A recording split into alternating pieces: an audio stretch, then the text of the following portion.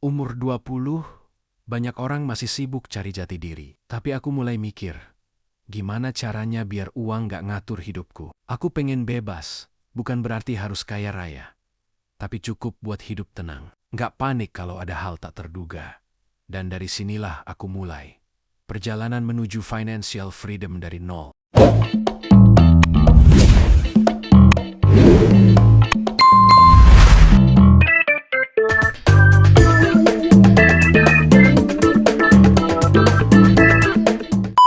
Awalnya, aku cuma pengen punya tabungan. Tapi makin kesini aku sadar, uang itu cermin cara kita mikir. Kalau nggak bisa ngatur uang kecil, nggak akan siap punya uang besar.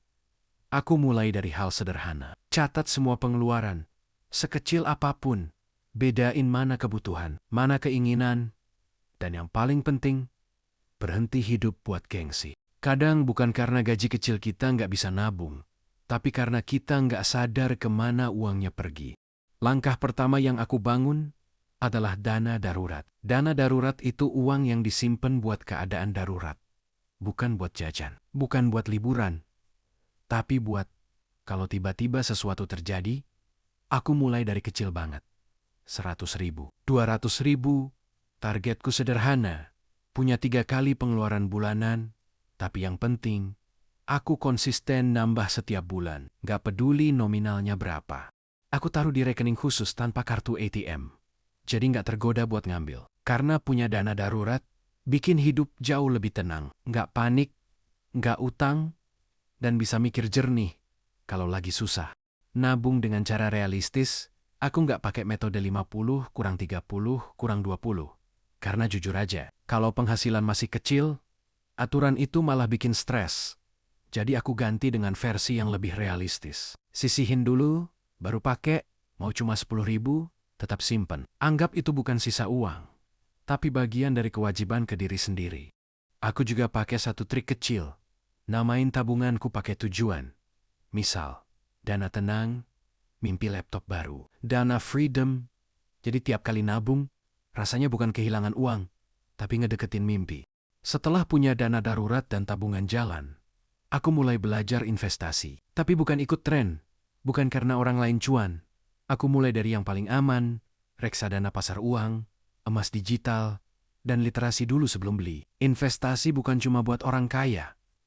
Justru kalau mulai dari kecil, kamu dapat waktu lebih panjang buat uang berkembang. Aku belajar kalau tujuan investasi itu bukan cepat kaya, tapi biar uang kerja buat kita. Bukan kita terus-terusan kerja buat uang. Yang penting, pelajari risikonya, sabar, dan konsisten. Financial freedom itu bukan punya miliaran, tapi tentang punya pilihan. Mau kerja karena mau, bukan karena harus. Punya waktu buat keluarga, buat healing, buat hidup dengan tenang, tanpa dikejar tagihan. Mulai dari kesadaran kecil, hindari utang konsumtif, catat keuangan, nabung walau kecil, baca tentang keuangan, bikin tujuan hidup, bukan cuma keinginan sesaat. Aku tahu perjalanan ini panjang, tapi kalau nggak mulai sekarang, kapan lagi? Financial freedom bukan hal instan, tapi setiap langkah kecil, dari nabung 10.000, bikin dana darurat, sampai investasi pertama, itu semua bagian dari kebebasan yang aku bangun sendiri. Jadi mulai aja dulu, karena nanti kamu bakal berterima kasih ke diri sendiri yang gak nunda-nunda hari ini.